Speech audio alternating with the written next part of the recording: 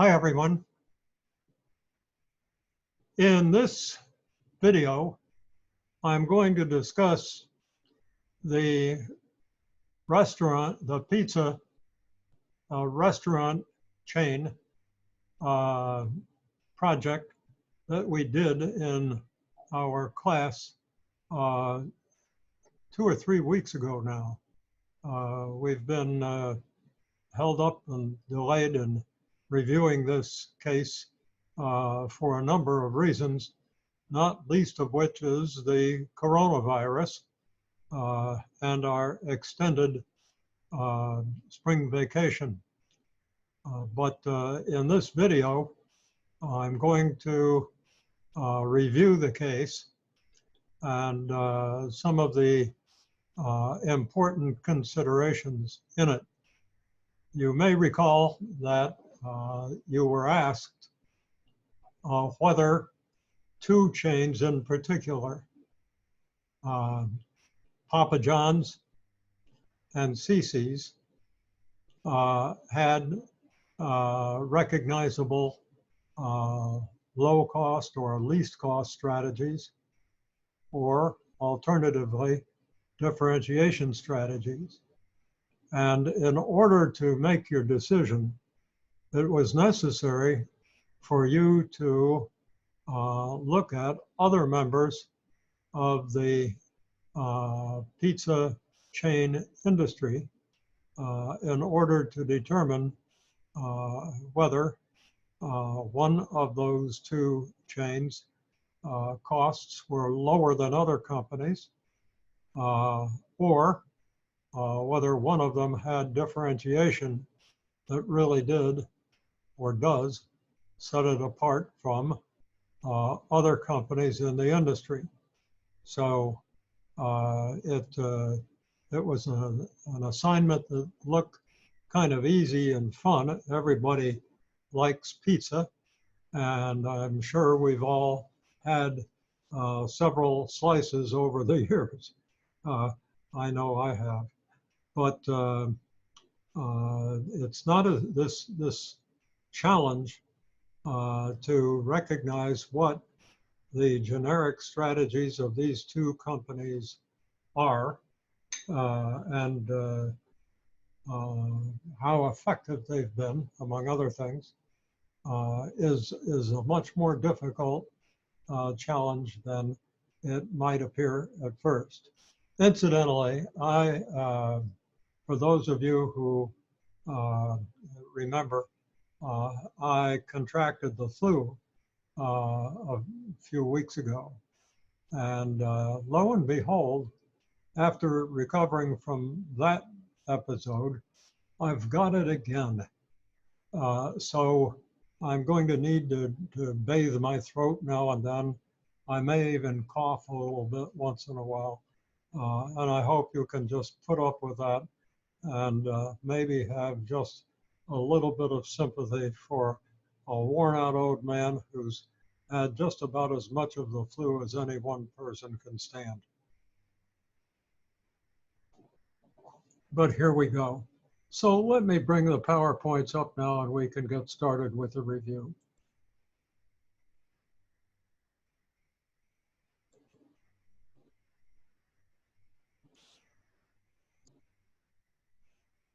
There we go.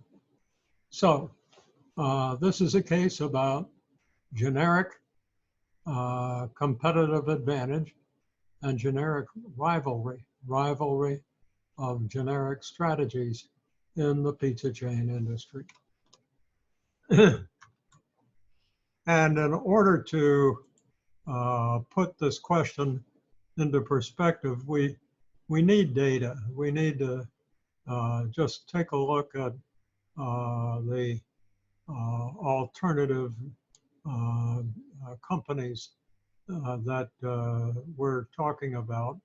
And we have to choose some alternatives, some other companies that also might be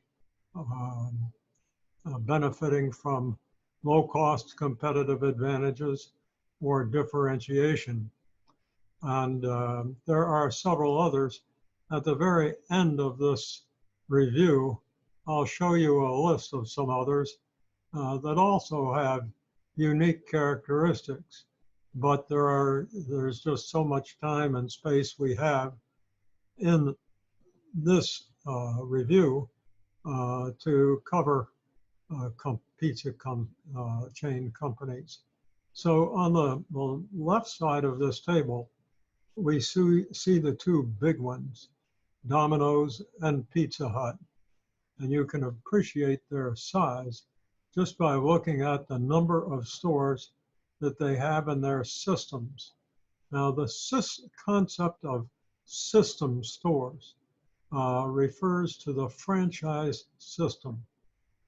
It includes the company's own stores, but it also includes stores operated by the franchisees. And they almost always greatly outnumber stores operated by the parent company. And you can see that both Domino's and Pizza Hut have over 17,000 pizza stores in their chains. Domino's is, as we will see later, strictly does takeout and pickup and takeout and delivery. But no dining in the store, whereas Pizza Hut has a restaurant. And so you can imagine that it's going to try to differentiate based on the nice experience you have in that store. Domino's is going to have to go for another kind of competitive advantage. And we will see later on that it has good success that way.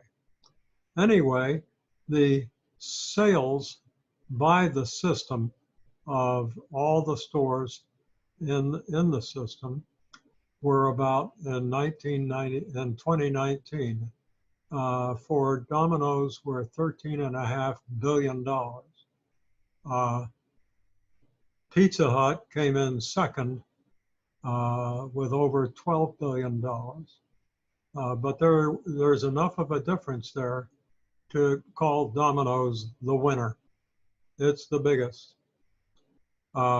We can see that the international store sales or the number of international stores in Domino's is a little higher than PepsiCo's and represents just a slightly larger proportion of the system. Both of these companies sell their stock publicly, so we can get more information about them than companies like Little Caesars, which is headquartered in Michigan, not far from Detroit, but it's owned privately and does not release very much information at all. Nevertheless, it's an interesting little company. The operating profit margin for Domino's is just slightly higher than Pizza Hut, but both of them are very profitable. Those are high profit margin numbers. Domino's makes a big deal of its delivery. You see the cars running around with the little Domino's sign on the top, and it hires people who are its temporary or part-time employees, and all the folks who deliver pizza work for tips, but in the case of Domino's, they get paid by Domino's too. So Domino's has control, the best control of its delivery system compared to all others. And all the others use third-party delivery. That is, they hire companies to pick up the pizza and take it to the customer's location, usually the home. In the case of Domino's, as I said earlier, there's no dining room. You either pick it up or they deliver it. In the case of Pizza Hut, yes, there is a dining room, and it's an important part of their concept. All of these companies have, with the exception possibly of CC's, vertical integration. And we'll get into that more later. But in the case of Domino's, it's worth mentioning here that Domino's makes its own dough and delivers it to its franchisees, who are obliged to buy that dough from the Domino's commissary. Domino's makes a lot of other ingredients too, and can standardize on everything from the formula to the quality of the product that goes into whatever it might be, the sauce and what have you. So Domino's has gone the extra mile in controlling the value chain that go of products or ingredients that go into its pizzas. Other companies try to do that with commissaries, but those commissaries usually buy the ingredients from manufacturers, and they don't always provide the dough. So they're vertically integrated too.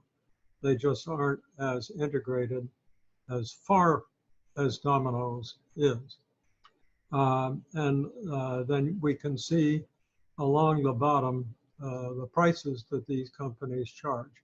And frankly, I was somewhat surprised that Domino's keeps its prices as low as it does, and yet makes these nice profit margins. What this says to me is that its vertical integration and its scale economy, the very size of this operation, enables it to get way down on the cost curve. And that is an issue for a company like CC's or Little Caesars that want to be low cost and low price competitors. I doubt that either of those companies has achieved the low cost that Domino's has. Again, because of scale economy and vertical integration. Well, let's move over to the right side now. We have Little Caesars, and we just don't know much about Little Caesars. And there's a question that you want to ask about Little Caesars. And that is, has Little Caesars passed through the critical failure screen? You may remember in class, we looked at critical failure factors and critical success factors. And so the question that we know that Domino's and Pizza Hut are attempting to maximize their development of critical success factors, but and they no longer have to worry about critical failure factors. But Little Caesars and Papa John's and CC's still do. And yet Little Caesars and Papa John's have reached a pretty significant position in the industry. Each of them has more than 5,000 stores or restaurants, as the case may be. That's a lot. I sometimes imagine what it would be like to manage a business with 5,000 stores, or 17 like Domino's and Pizza Hut. At one time, I was the director of corporate planning at Holiday Inn. And I believe when I left, we had something like 8,000 hotels around the world. And it was really quite a challenge to manage a business that complicated. Here we've got pretty much the same kind of a challenge. These are retail outlets, and there are a lot of them, and each of them is dealing in a somewhat different market. So it must be kind of difficult. But the question is, if you've gotten to 5,000 restaurants or 5,000 pizza parlors, is that enough to say that you've passed through the critical failure factors screen and now you're attempting to develop critical success factors? It's an interesting question. Little Caesars has sales of last year of about $4.5 billion. Papa John's had about $3.5 billion of sales. Papa John's does not disclose a great deal more than this. The one thing about, I'm sorry, I meant Little Caesars. Little Caesars doesn't disclose a lot more than this. In the case of Papa John's with $3.5 billion, we've got another question about critical failure factors. Because as you can see from the footnote, Papa John's sales have been declining, and so has the system. Last year, it closed 220 stores. Now, to open some new ones, mainly in international markets rather than the United States markets, but it's an issue. So internationally, Little Caesars has 1,175 stores, which make up about 22% of the system. That means that 78% of the system are operated by Papa John's or domestic franchisees. Papa John's, on the other hand, has over 2,000 international stores. So we don't hear much about that in the little mini case in our textbook. But clearly, Papa John's is moving toward international markets where perhaps they're finding more or better receptiveness to their store concepts than they are in the United States.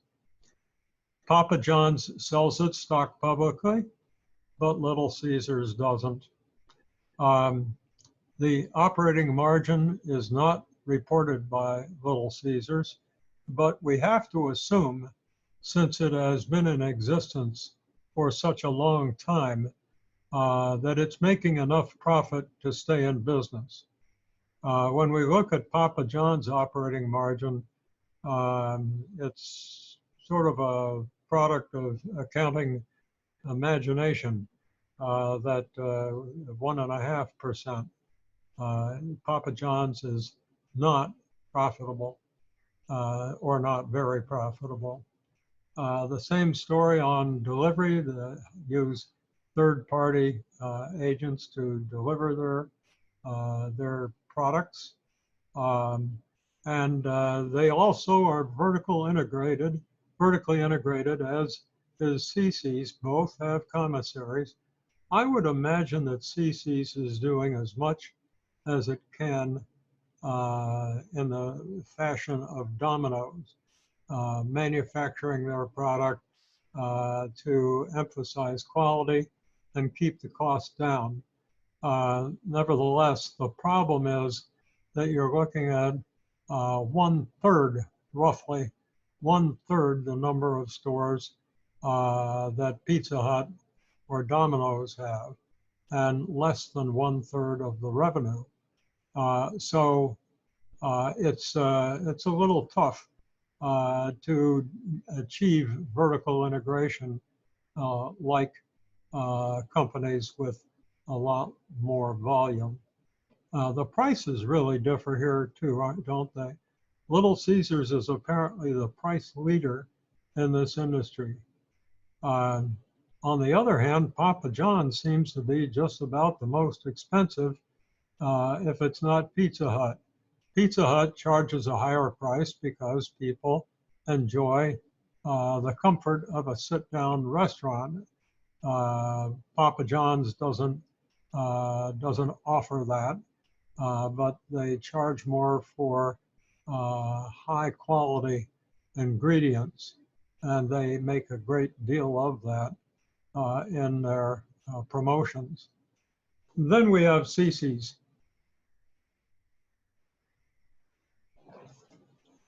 Cece's doesn't have many stores at all compared to the others, nor does it have that much sales. And you can see that sales and store count for Cece's were declining last year. Cece's doesn't do anything internationally. It is private.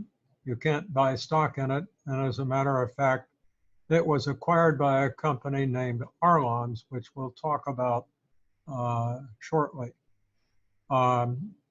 So it's, and it's, by the way, its price, as you can see, is relatively low. Not as low as Little Caesars. That's understandable because Cece's has quite a lot of fixed costs in its restaurant. And it is a restaurant.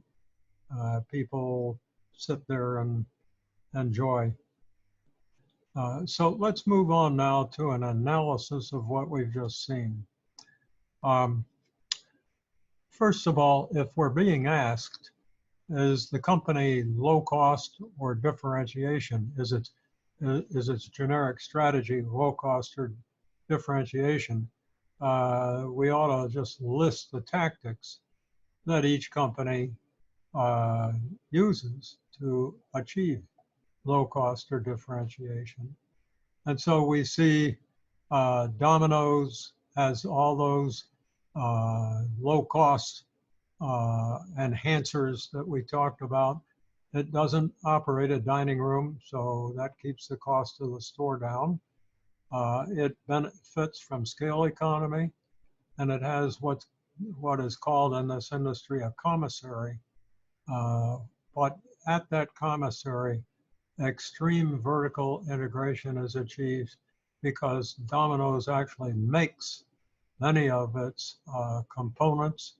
It purchases machines, designs them the way they want them because they can buy so many of them, and undoubtedly gets the best price from its suppliers, which again benefits its franchises.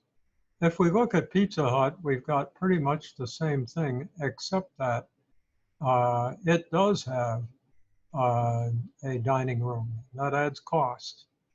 But another thing that Pizza Hut has that we just have to wonder about is it's co-owned.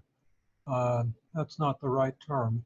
It is part of a corporation. It's one division of a corporation that includes Pizza Hut, Taco Bell, and Kentucky Fried Chicken. And the resources that those companies have sometimes are available to all. It could be in cost accounting, financial, engineering, store layout and design, but just marketing, media advertising, you could go on and on. But Pizza Hut undoubtedly benefits from that synergy. And just like Domino's, it has a commissary that benefits from vertical integration as well as synergy with other Yum brands. That's the name of the group of companies, Pizza Hut, Taco Bell, and Kentucky Fried Chicken. Little Caesars has no dining, and it advertises its efficiency in an unusual way. For a very low price, you can get 2 pizzas. They may not be very big, but there are 2 of them. You've got to read a little bit about Little Caesars, and I don't think no, it's not available in what's in our book. But the idea pizza simply referred to 2 pizzas. So Little Caesars advertisements always have this pizza blurted out by this funny looking Roman guy. And the pizza phrase refers to the fact that you can get 2 for the price of 1. And in order to do that, the company must be very efficient. Papa John's also has no dining, a commissary, which operates on lower volumes than those others, if you recall, and it's restructuring as a result of the acquisition by I don't know whether it would be called acquisition, but rather investment and partnership with some other companies in the industry. It's trying to get its costs down. It's finding out that just emphasizing high quality isn't enough. They've got to become more efficient. Cece's, on the other hand, is a restaurant. It's a buffet that offers all you can eat for a single price. And Cece's was acquired recently by a company that owns other food service industry companies, one of which makes equipment for restaurants, particularly kitchens, but the whole restaurant. Another one is more like an industrial engineering company. And these 2 companies, oh, and also Arlon's owns a franchise that, and it's one of the Yum brands, not Pizza Hut. So it has to be either KFC or Kentucky Fried, and right now I don't remember which. But you can see that their prices reflect their strategies. Papa John's, as we will see in a minute, has a differentiation strategy or attempts to have a differentiation strategy. Cece's attempts to have a low-priced strategy, and its prices are about the same as Domino's on the low end, and not quite as low as Little Caesars. But it attempts to offer family dining, family pizza dining at a low price. The differentiation tactics are in the next row.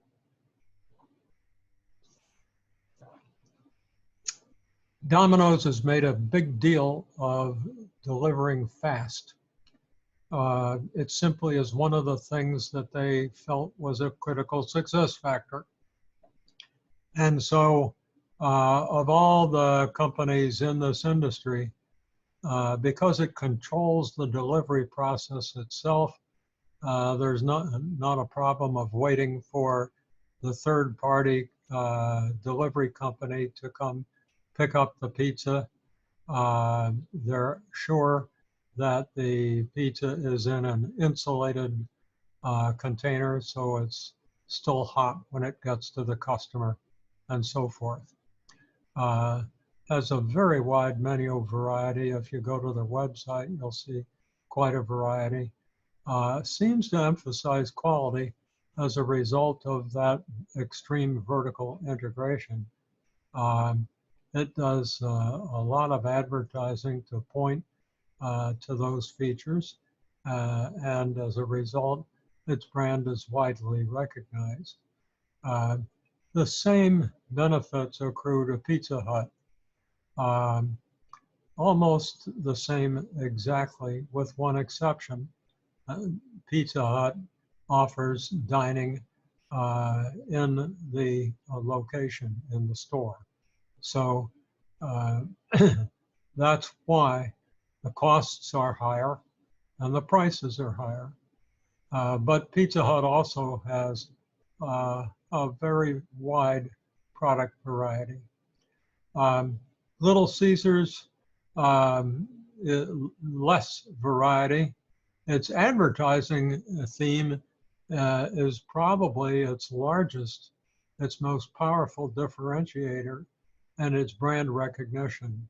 I looked at Pizza Hut's menus, and I saw that Pizza Hut really does try to add unusual items to the menu.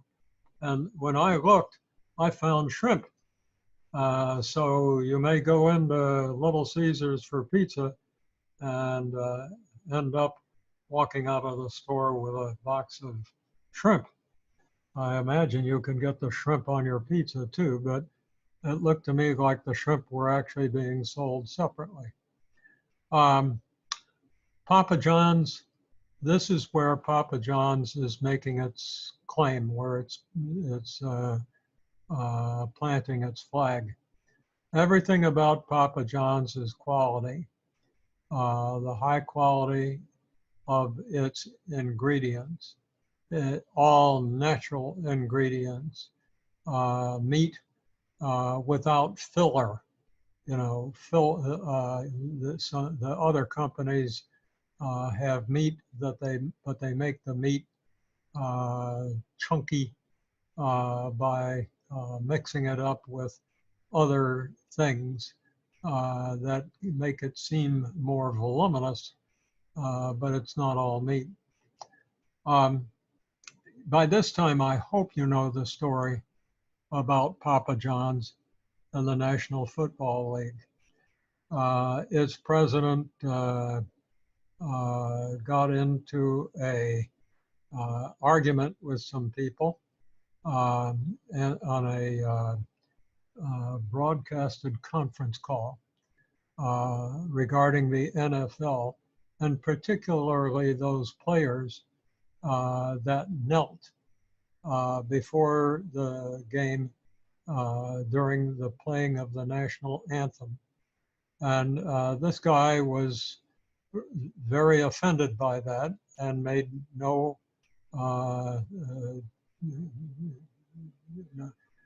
didn't make a secret of it. He expressed himself about those players, but he did so with some language that was apparently racially tainted, and as a result, the NFL canceled its contract with Papa John's, and Papa John's eventually had to ask for this guy's resignation, and he was the founder of the company. Papa John's still has some relationships individually with NFL football teams, and it's trying to get started with basketball teams. And Shaquille O'Neal, famous basketball player, is on its board of directors and has made some advertisements for Papa John's. So it looks like Papa John's has made attempts to relate itself to the professional sports industry, and it was doing really well with the NFL until this guy just made these awful mistakes. But all of those are differentiators. Finally, CCs. The concept of CCs is different from other pizza companies. In every store, there's a dining room, and there's a little room for kids to play in. So it's clearly, and with games. So it's clearly a family dining place. It has a very broad menu, and all of these pizzas are on the buffet, so that you can choose the one you want. But this is a pretty costly way to do business. In addition to which, CC's has launched a program called Beyond Pizza, where they're adding other products, other dining products. So you have to scratch your head and just ask yourself, what is it that CC's is trying to be? What appeals to families does it make, other than low price? Okay, so you can see that the two big guys, Domino's and Pizza Hut, are marketing to the entire market, a broad approach rather than a focused one. Little Caesars is focused in on the value customer, the low price customer, as is CC's, but CC's also is focused on family value. Papa John's, on the other hand, has a focused strategy, but it's at the other extreme. It's on nutrition, focused on nutrition and quality. So the generic strategy that these companies are attempting, in the case of Domino's, it's hybrid. It's both low cost, and that's the surprise here, by the way. I've mentioned it earlier already, but with all of its scale economy, all of the technology in its so-called commissary, its ability to produce ingredients as well as machinery, at least to design it and buy it on good terms, and its scale economy, I would be very surprised if Domino's were not the least cost competitor of this industry. So it's both a low cost and differentiation strategy. The same is true of Pizza Hut, but the mix of differentiators is different because of the dining. But as we've said already, pizza benefits from synergies with other Yum Brands divisions, and it offers a lot of differentiation. I would doubt, just because of the nature of the store, that Pizza Hut has costs that are as low as Domino's, but it still is approaching a hybrid strategy. But the weight of evidence here seems to suggest that Pizza Hut's strategy is differentiation. Little Caesars clearly is a low cost and low price strategy. Because they keep everything to themselves, we don't know how they do it. Papa John's strategy is focused differentiation, and again, aimed at the customer that's concerned about nutrition. CC's is focused hybrid. It's It's differentiators we've already talked about. The real question is, can CC's get its cost down? It needs to in order to offer that low price. So I've acknowledged in this form that CC's strategy must be aimed at low cost as well as differentiation.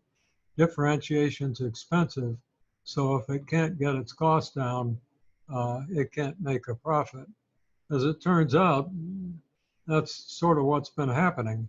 So we have a new question, and that is this strategy viable? Can it be implemented successfully? So let's see if we can get some answers by looking at the results.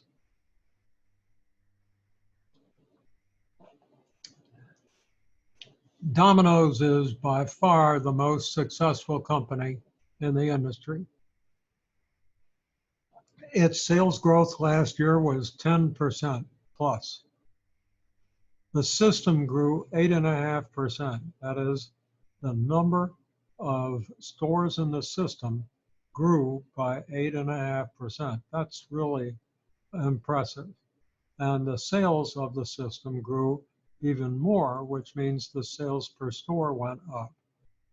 At 35% operating margin, we know right away that it's been very profitable. It's a winner. And now we have stuck in a rut. Pizza Hut. Pizza Hut is not growing. If you look at the 5-year trend and some of the charts we've looked at, you can see that it sort of dips down and then comes up. But over 5 years, it just hasn't gone anywhere. Last year, it grew 1.5%. That was in almost a boom year. And the system grew 2.5%. But like Domino's, it's very profitable. And that's because the folks at Yum Brands know how to manage chains of restaurants. They're really professional at it. And so they've also made very attractive operating profit margins. They're just not growing fast. Now we go to Little Caesars, and we just don't know what Little Caesars profit margins are, but we know that its sales are not growing very fast, and that its system actually declined a little bit last year. So stuck in a rut is all I can say. With these low growth numbers and its low price, I have a hard time thinking that Little Caesars is very profitable. When we go to Papa John's, we see the company is in trouble. Last year, sales declined 6.3, I'm sorry, that was 2018. Sales declined 6.3%. The system grew in that year 2%. What's happening, and you can see some charts if you go to the internet to find them, but the growth of Papa John's domestic operations just sort of started up and then flattened out. It's come down just a little bit. But the system itself has grown, and what's made it grow is the growth of international. And so international growth seems to be where Papa John's hopes to find its growth potential. Now you have to ask a question, why is that necessary? Why can Papa John's not succeed in North America? In the case of CC's, we've just got serious trouble. There have been extended declines in sales and the system, as I mentioned earlier. I think 220 stores were closed last year. CC's is in a very serious predicament, and but the Arlon Group is a very competent organization with some very competent companies in this industry, that is in the food service industry. So I wouldn't count CC's out yet, but they're almost out. So what has been the outcome? And rather than read the items in that lower comment, in that lower column, let me show you this slide here. We have dominoes. This is a BCG matrix that I have applied to characterize where these companies are. Domino's, the clear winner. It's the star, if you will. It's growing in a market that's growing. Its sales are growing. We could have put its profitability also as high.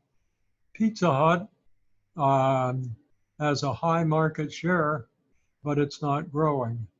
Little Caesars has a lower market share, and it's not growing. But the problem is that we don't have enough information about Pizza Hut to know where to place it here with regard to profitability. We know that its market share is a lot lower than Pizza Hut by about 2/3. So Little Caesar probably belongs over here and on the right side of the line. And I think that I'll probably try to fix this one day soon. Papa John's is up here. Its market share is low. It's been growing internationally, but not domestically. So clearly, if you had to choose one of these companies' positions, it would be Domino's and maybe Pizza Hut's. Papa John, if it's going to make it, is going to have to be very imaginative, very creative. CC's, the prospect isn't good. So here's Papa John's, its revenues and its profitability. And we can see that 40% of its stores are in domestic and owned by the company. So that's a pretty large proportion compared to the other chains, where the majority of stores are franchises. The North American franchises account for less than 5% of the revenues of Papa John's. And that's because these franchises are requiring assistance and help from the parent company, which is trying to give it to them, but at the same time incurring costs to do so. One of the things that the company does is forego full royalty payments. So less than 5% of the sales of the revenues of Papa John's come from North American franchises, whereas 40% comes from domestic company-owned stores. That commissary that we talked about generates more revenue for the company. And I think this is a little surprise for a lot of people. When we look at these kinds of numbers for the other chains, we also see that commissaries account for large amounts of revenue that these companies collect, because they can sell their products to a captive customer. International operations accounted for more than North American, and we have to assume that international operations refer to franchises and commissaries combined. I wish that we had more detailed information, but we don't. And I have no idea what other operations refers to. Could have something to do with transportation, or maybe more likely consulting fees, but that's 11%. So it's kind of a hodgepodge, isn't it? The one thing that we don't see is the franchises, either North American or international, contributing a great deal to revenue. 10.8%. Here it's 11.4% in 2018. So those are not large proportions. The biggest revenue contributors are from domestic stores that are owned by the company, and the commissary, the North American commissary.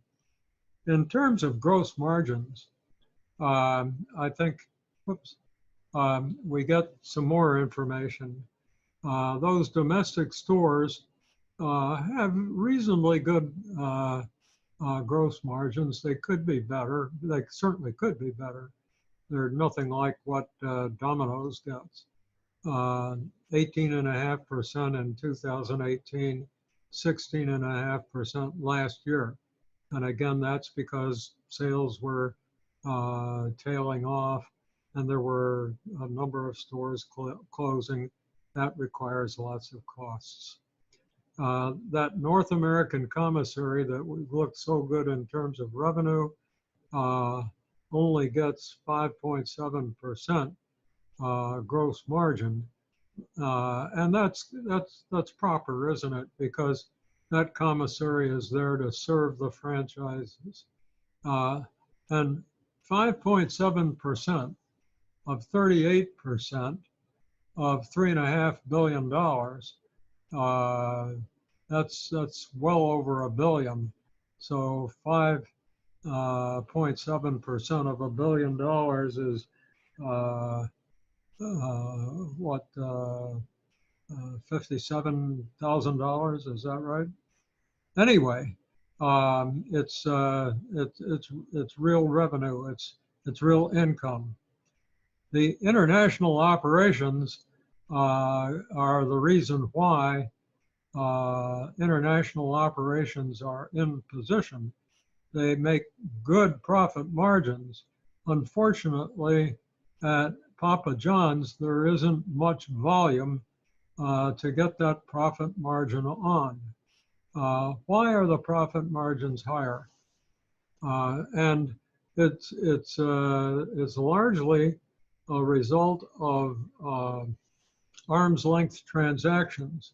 The franchise company, in this case anyway, can't really go across the ocean and manage these stores. Instead, it may set up a master franchise and permit that master franchise company to issue franchises within a region, a geographic region. It also may permit that master franchise company to open a commissary. But basically, Papa John's just issues franchises and doesn't have to get involved with them as much as it does domestically. And so it's a smaller portion of revenues, as you can see, but in terms of the portion of the revenues from international operations, the gross margin, which is really royalties, right? Royalties and franchise fees, are a high proportion of the revenues that are earned outside the United States. And then other operations which don't matter very much. So, okay, that's Papa John's business. It's not a nice picture. It depends too much on company operated stores. It depends on its commissary, which is all right, but it doesn't, and it's trying to grow its international operations. And to the extent that it does, it will pick up a good income stream.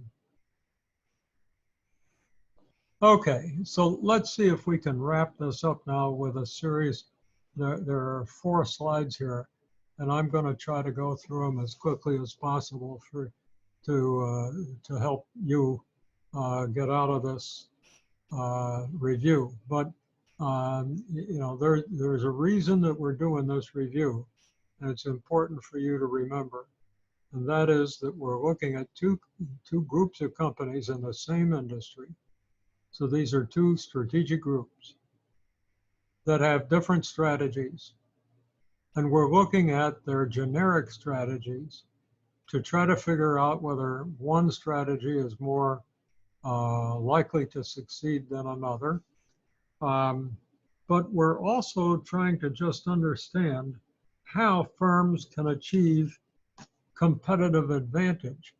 You know, the way you try to get competitive advantage is by achieving comparatively low cost or differentiation by offering more value to customers.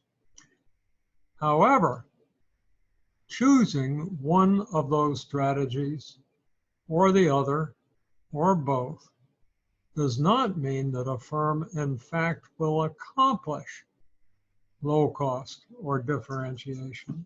These companies all are attempting to achieve low cost and or differentiation, but they are not all succeeding.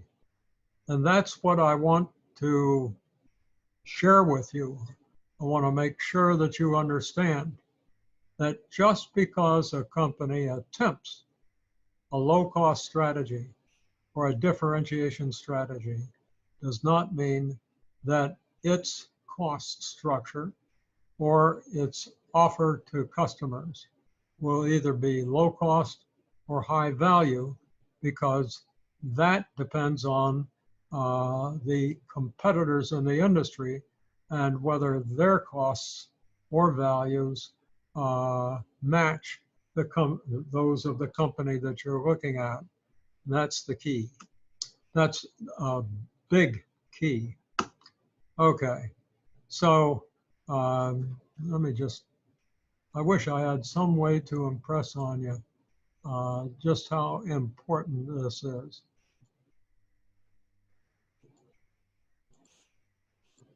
Okay, it turns out that for Papa John's and Cece's, least cost and differentiation both were quite difficult to accomplish. One of the other things that you need to bear in mind is that when we say least cost, that doesn't mean that you have lowest price, or that when you have lowest price, your cost is lower than other companies. And yet when students and analysts look at companies, they'll see low price like Cece's, and they'll assume low costs, which might be right. When you look at Caesar's low price probably does indicate that it has accomplished low costs because it's been in business for a pretty long time. Since it's not publicly owned, it doesn't have to achieve high profit margins to make its stock attractive to investors.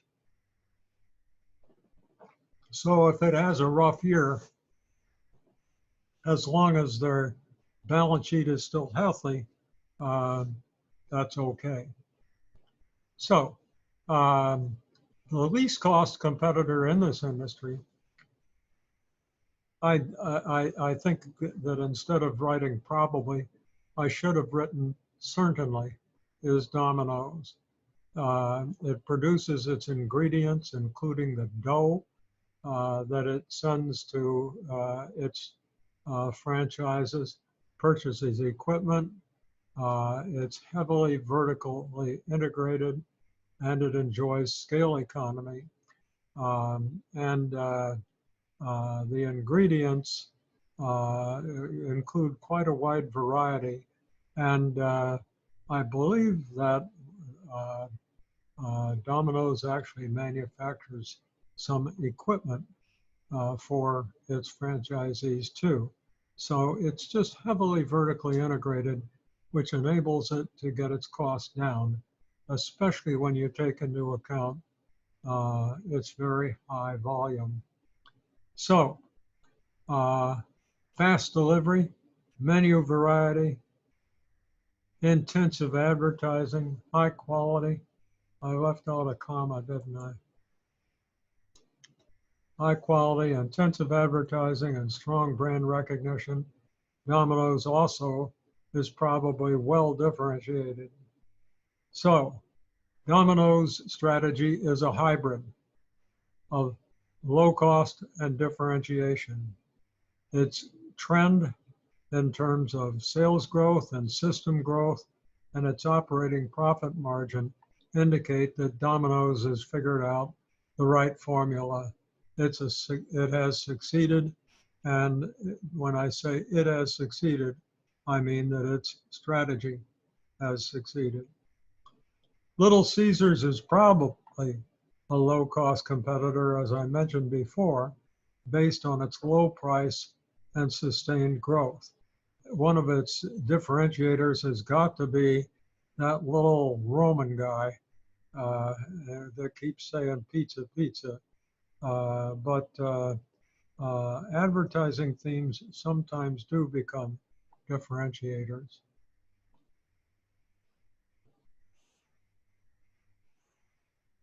Okay, Pizza Hut, a little different. It's just about the same size as Domino's. It's also very profitable, but it has dining rooms. It's a restaurant, unlike the majority of its customers. It benefits from being part of Yum Brands, the other members of which are Taco Bell and KFC. Yum Brands has lots of resources, everything from engineers to advertising and marketing specialists, and all of those resources are available to Pizza Hut. If you go on Pizza Hut's website, you'll see a very broad menu variety. Pizza Hut advertises extensively. And I think that at the end of the day, what we're looking at is a differentiation strategy here, where Pizza Hut's differentiation comes from its widely recognized brand.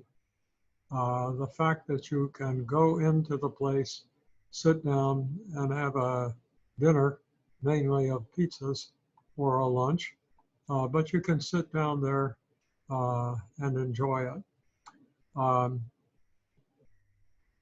And it's probably going to be pretty good quality just because of the size of this company and its ability to benefit from scale economy and invest in quality.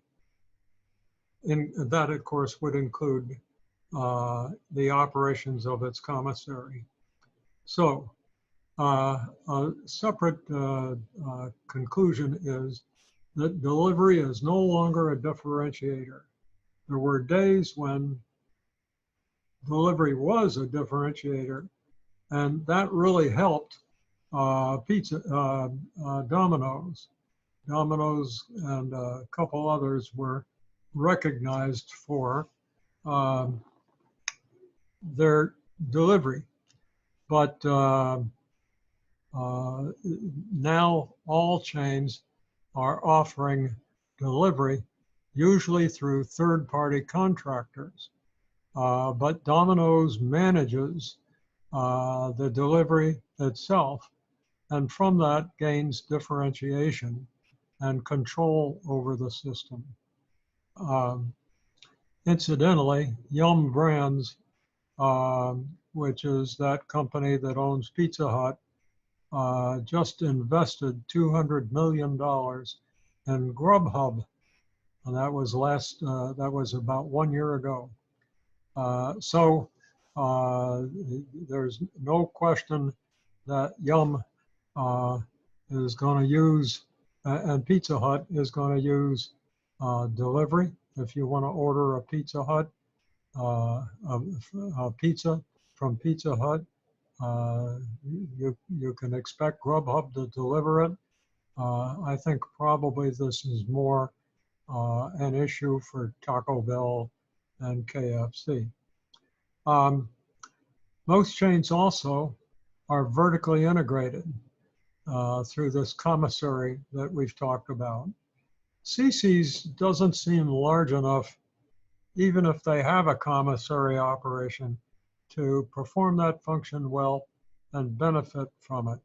You gotta have scale. You gotta have enough volume in that thing to be able to do business at a level of cost and proficiency that benefits the franchisee. All right, so Papa John's. This is a sad story because it started well. The notion of offering a high quality product, so-called maybe even healthy product, appealed to the NFL. And so an advertising contract between Papa John's and the NFL was written, and the Papa John's was the official NFL pizza restaurant, or the official pizza. Maybe I should. It was the NFL's pizza. I don't think Papa John's is a restaurant, so we'll fix that. Until its president made these racial slurs that I discussed earlier, complaining about NFL players who knelt when the national anthem was played. And his remarks were apparently so flagrant that he was forced to retire from the board of his own company. Relationships with NFL teams were lost. The result was dramatic reduction in sales. And last year, just to continue the trend, 220 stores were closed. So this company has really suffered a major setback as a result of that social, I don't know what to call it,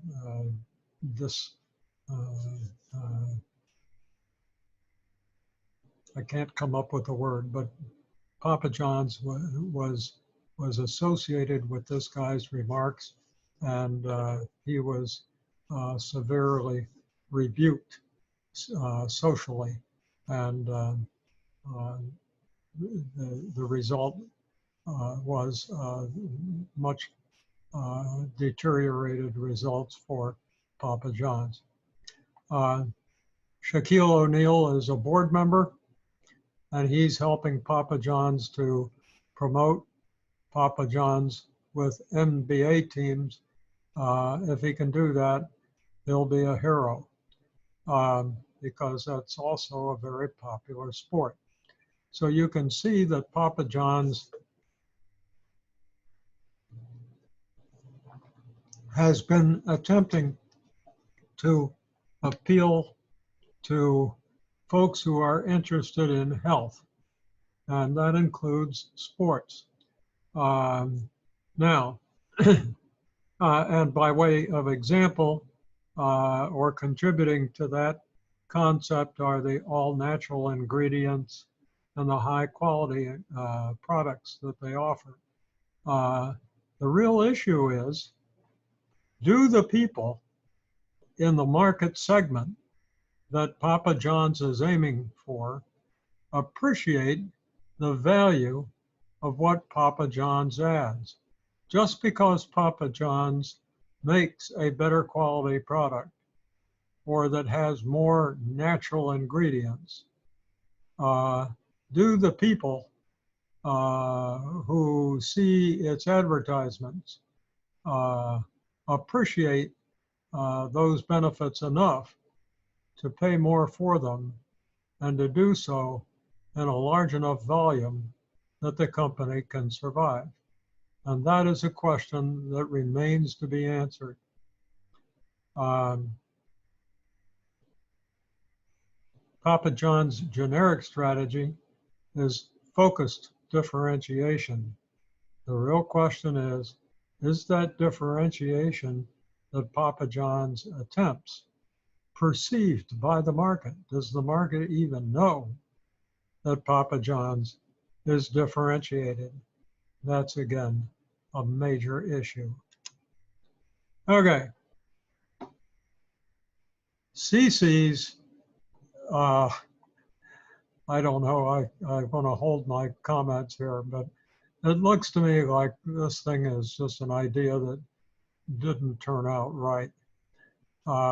Its attempt to focus on the family dining market hasn't gone well. It's the concept is a one price, all you can eat buffet, complemented by a game room for kids. But the system, the number of restaurants, has declined in recent years. So what that means is that after CC's sold franchises to companies around the United States, there are none outside the United States, that the franchisees couldn't make a go of it. Not enough people responded favorably to this concept, and they had to close their business. So there is a company that specializes in food service businesses. It's called the Arlon Group, and you can Google it. It owns other food service businesses, including a firm called Restaurant Technologies that virtually helps restaurant companies design their restaurants and their kitchens. And Idaho Pacific, which is more of an engineering company that designs the business and acquires raw material, for instance, potatoes. But in addition to potatoes, other commodities. And then, as I mentioned earlier, Arlon also owns a restaurant franchisee, and it turns out to be one of the Yum brands. So Arlon has all the knowledge and resources, including financial, to give CC's a new life. The real issue, the real question is, CC's too far, has it deteriorated beyond the point that it can be rejuvenated? CC's offers neither competitively low costs. Remember, that's probably Domino's, and if not, probably Little Caesars. But there's nothing that we can see in CCs. If you remember, they don't have an impressive commissary. They don't have scale economy. There's not enough there to suggest that it has the ability to use physical resources to lower costs. And I really doubt that their costs are low enough to support their low price. And it doesn't offer differentiation either, because as you know, other companies offer restaurant dining. And I'll show you a slide in just a minute that mentions a couple other companies in this industry that include dining, as does Pizza Hut, of course. So CC's has neither low cost nor differentiation. It's clearly stuck in the middle, and at current doesn't appear to have any chance of escaping that position if Arlon cannot help it. Okay, this is the last slide to make your day a little brighter. But this is simply a list of some other companies, not as large as the companies that we've looked at, but they're kind of interesting. Boston Pizza has system sales of $1.2 billion, got 436 stores. It's about the same size as CC's, but it's a sports bar. So it's got dining just like CC's does, but you can get a drink there, and you can have your pizza as well as a beer or whatever you want, and watch football games or basketball games. I think this concept could work. I've looked at the company's website a little bit, and I was pretty impressed. Papa Murphy's has really changed everything. Notice the number of its stores, by the way. This is not a small outfit, even though it looks to be. You go to the pizzeria, and you take your pizza home, and you bake it there. So they don't bake your pizza in the oven at the pizzeria. Instead, they make it for you, and then you take it home. And when you take it out of the oven, it's ready to eat, which has some real potential benefits for parties, especially during the holidays. So I just thought this was rather remarkable. Marco's Pizza is a takeout. It's a good-looking chain. I think the best thing to do is just suggest that you look at it on its website. Hungry Howie's is, I thought what appealed to me most was its name. Mod Pizza is a smaller chain, but it's a regular restaurant.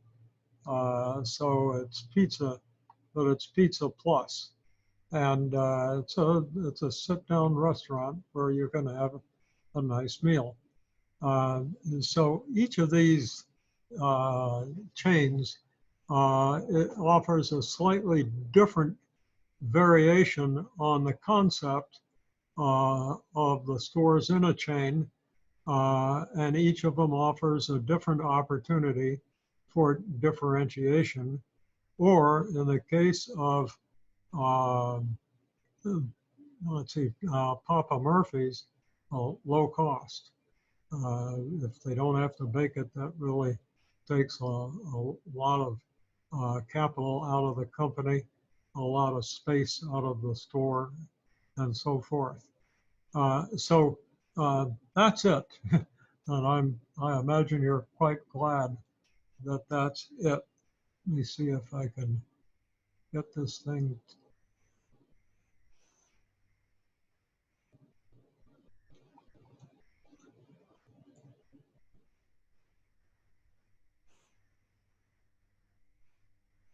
It's so difficult to get the one problem that I have with this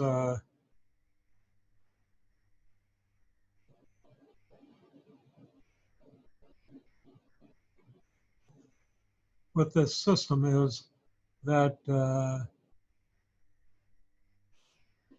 let's see now, are we still recording? Yeah, I hope we are. Yes, we are. Please pardon me for being so awkward going through these slides with you. I'm just not at the top of my game these days because of this flu. But it's important that we go over this case because it really demonstrates some important concepts that you need to be aware of. And I talked about them in those last set of 4 slides. Just because a company chooses a generic strategy, such as low cost or differentiation, doesn't mean that that's the strategy that it will ultimately have. It may not succeed in implementing that strategy. So it's very difficult to accomplish low cost or differentiation. And it's difficult for analysts who are trying to figure out how to compete with companies. It's difficult for them to discover just by looking at the outside of a company that it has a differentiation or a low-cost strategy. They may be able to see what the company is attempting, but not what it is accomplishing. And that's why, as a business analyst, if you happen to become a business analyst, it's incumbent on you to dig down into the company and its competitors, into the industry, in order to ferret out just what exactly the competitive advantages are, what the company is succeeding in or not. But I think you can appreciate after this long review that we've done that some of the results were somewhat surprising here. And that companies that looked like they were attempting differentiation or low cost, although they were attempting it, they weren't actually achieving it. So with that, I will end this broadcast. Thank you for your attention. And I look forward to meeting you again real soon in the new form of classes that we will be having online due to the epidemic that our nation and the world has encountered. It's really changing quite a lot. So with that, I'm going to stop the recording.